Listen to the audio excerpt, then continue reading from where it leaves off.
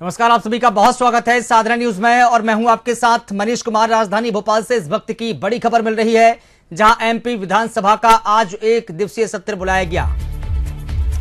महिला आरक्षण को लेकर विधानसभा का एक दिवसीय विशेष सत्र बुलाया गया। सदन की कार्यवाही अनिश्चितकाल के लिए स्थगित कर दी गई है। सदन की कार्यवाही के बाद मुख्यमंत्री डॉक्टर मोहन यादव का बयान सामने आया। मुख्यमंत्री डॉक्टर मोहन यादव ने कहा, देश ने देखा तमाम विपक्षी दलों ने महिलाओं के साथ अन्याय किया। महिलाओं के हितों पर कुठाराघात करने का काम कांग्रेस और उनके सहयोगी दलों ने किया। इंदिरा गांधी ने परिसीमन के साथ सीलिंग लगाने का काम किया था, ये सीएम डॉक्टर मोहन यादव ने बयान दिया है। हमेशा कांग्रेस ने बहनों के साथ अन्याय करने का काम किया है। आज सदन में 8 से 9 घंटे दिन भर चर्चा चली। कांग्रेस का दोहरा चरित्र एक बार फिर से उजागर हो गया। केवल 5 सदस्यों की उपस्थिति रही, बाकी सभी सदस्यों ने बढ़ चढ़कर हिस्सा लिया। आपको बता दें कि सीएम ने कहा कि 5 सदस्य जो रहे वो अनुपस्थित रहे, बाकी सभी मेंबरों ने बढ़ चढ़कर इस विशेष सत्र में हिस्सा लिया है। हमारे पास लोकसभा में 2/3 बहुमत नहीं है, लेकिन संकल्प बहुत है। उन्होंने कहा कि हमारे पास में भले ही लोकसभा में 2/3 बहुमत ना हो, लेकिन संकल्प बहुत है। सीएम डॉक्टर मोहन यादव ने कहा, हम 33% आरक्षण के लिए लगातार प्रतिबद्ध हैं। तो बता दें कि विधानसभा का एक दिवसीय विशेष सत्र बुलाया गया था। महिला आरक्षण को लेकर यह सत्र था। इसी दरमियान सीएम डॉक्टर मोहन यादव ने सदन में संबोधन दिया।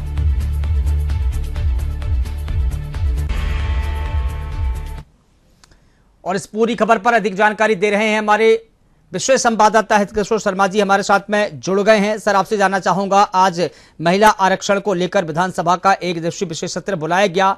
यहां पर सत्ता पक्ष ने अपने तर्क दिए, विपक्ष ने अपने तर्क दिए और अब जो सदन है वो अनिश्चितकाल के लिए स्थगित कर दिया गया है। लेकिन यहां पर महत्वपूर्ण बात यह है कि महिलाओं को लेकर विशेष सत्र बुलाया गया था, तो मुख्यमंत्री डॉक्टर मोहन यादव ने विपक्ष पर कई सारे सवाल खड़े किए हैं। क्या कुछ कहेंगे आप? देखिए, बिल्कुल सत्ता पक्ष और विपक्ष दोनों के बीच तीखी नोक-झोंक का माहौल था सदन के अंदर।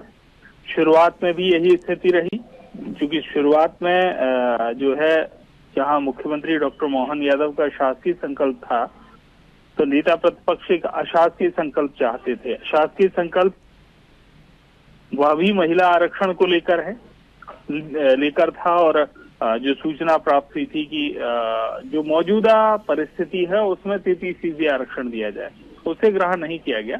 लेकिन चूंकि मुख्यमंत्री का जो शासकीय संकल्प था उसमें संशोधन सोहन वाल्मीकि समेत कुछ विपक्ष के विधायकों ने, सदस्यों ने जो लगाया था, उसे एक्सेप्ट किया गया और उस मुख्यमंत्री के शासकीय संकल्प और उस पर संशोधन जो विपक्ष का था, विपक्ष के सदस्यों का था, दोनों पर एक साथ दिन भर चर्चा हुई।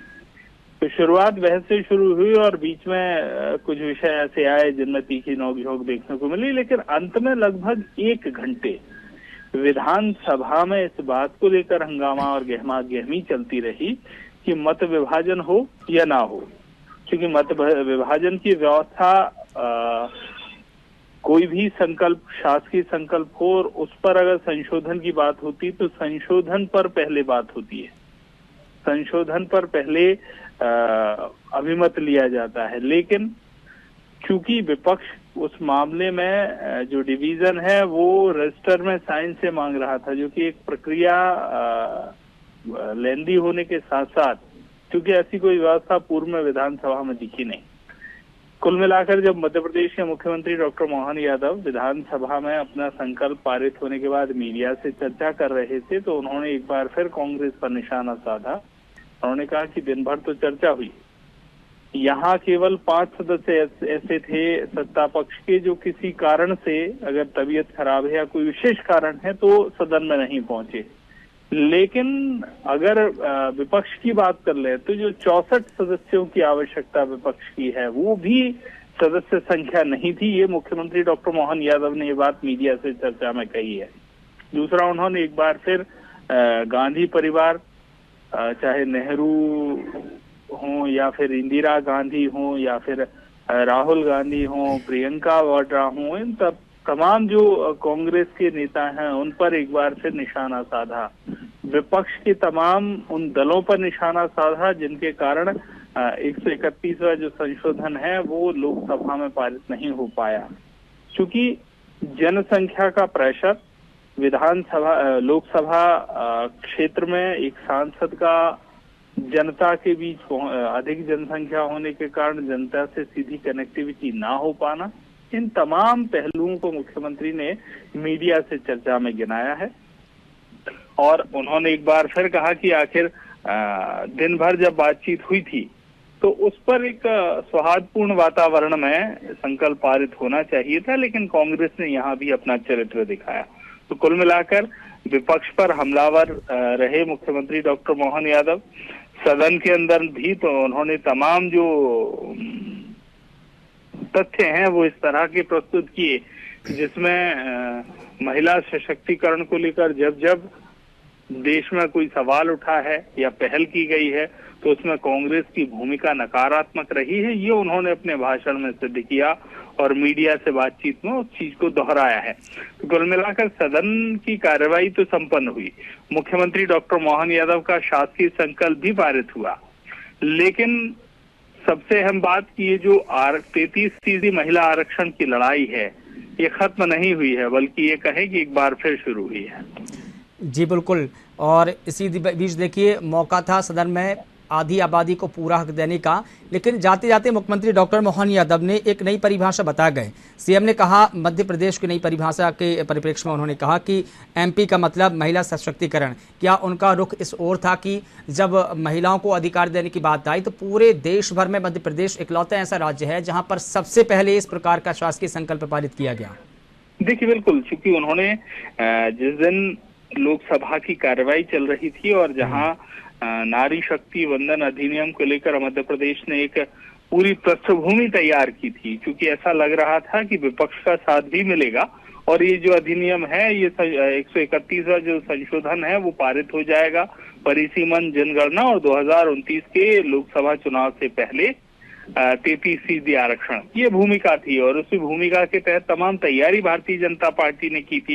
इंदौर में एक भव्य कार्यक्रम हुआ, भोपाल के रविंद्र भवन में एक भव्य कार्यक्रम हुआ। जितने बड़े और छोटे मझोले शहर हैं उनमें भारतीय जनता पार्टी ने नारी सशक्तिकरण, नारी वंदन के होर्डिंग्स लगाए। तो ये पूरी उम्मीद सत्ता पक्ष को, भारतीय जनता पार्टी को थी कि 33% आरक्षण की जो मंशा है वो पूरी होगी, लेकिन वैसा हुआ नहीं। तो अब ये जो तैयारी थी उस तैयारी का इस्तेमाल कांग्रेस के खिलाफ पूरी तरह से हुआ और उसी का एक परिणाम था कि आक्रोश रैली निकाली गई। लेकिन आक्रोश रैली से पहले मुख्यमंत्री ने इस बात की घोषणा कर दी थी कि आक्रोश सड़क पर भी दिखेगा, लेकिन सदन में एक संकल्प पारित होगा कि 33% आरक्षण महिलाओं को मिले, महिलाओं को उनका अधिकार, उनका नेतृत्व, महिलाओं को उनका जो नेतृत्व है वो सदन में मिले। इसके लिए एक विशेष सत्र बुलाया जाएगा और यही कारण है कि बहुत जल्द मध्य प्रदेश में उसके लिए तैयारी भी हुई, पृष्ठभूमि बनी। तमाम अगर आज हम देखें जो सत्ता पक्ष और विपक्ष की नेत्रियों, महिला नेत्रियों ने जो भाषण दिया है शासकीय संकल्प पर और उसके संशोधन पर, उससे लगता है कि महिलाएं राजनीति में अभी जितनी हैं वही कमाल कर रही हैं। अगर इनकी संख्या बढ़ जाती है तो निश्चित तौर पर प्रदेश और देश के विकास में नारियों का जो रोल है वो महत्वपूर्ण हो जाएगा। क्योंकि कृष्णा गौर ने तमाम उदाहरण पेश किए, तो जिस तथ्यात्मक तरीके से चाहे झुमा सोलंकी हों, चाहे अनुभव मुंजारे हों, चाहे प्रतिमा बागरी हों, चाहे कृष्णा गौर हों, ललिता यादव हों, तमाम महिला सदस्यों ने जब सदन के अंदर अपनी बात रखी तो उससे लगा कि नारी को प्रतिनिधित्व वर्तमान में जितना मिला है उसे यही संकेत मिलते हैं कि ये प्रतिनिधित्व बढ़ना चाहिए और ये प्रतिनिधित्व बढ़ेगा तो विकास की रफ्तार बढ़ेगी। जी बिल्कुल ठीक कहा आपने। तमाम जानकारी के लिए आपका बहुत शुक्रिया। और ये सही है कि महिलाओं का नेतृत्व बढ़ेगा तो महिलाओं के बेहतरी के लिए कार्य भी होंगे, उनके लिए योजनाएं बनेगी और उनका सही तरीके से इम्प्लीमेंटेशन यानी कि क्रियान्वयन भी होगा। तो बड़ी खबर राजधानी भोपाल से आपको बता रहे हैं, आज मध्य प्रदेश विधानसभा का विशेष सत्र बुलाया गया था।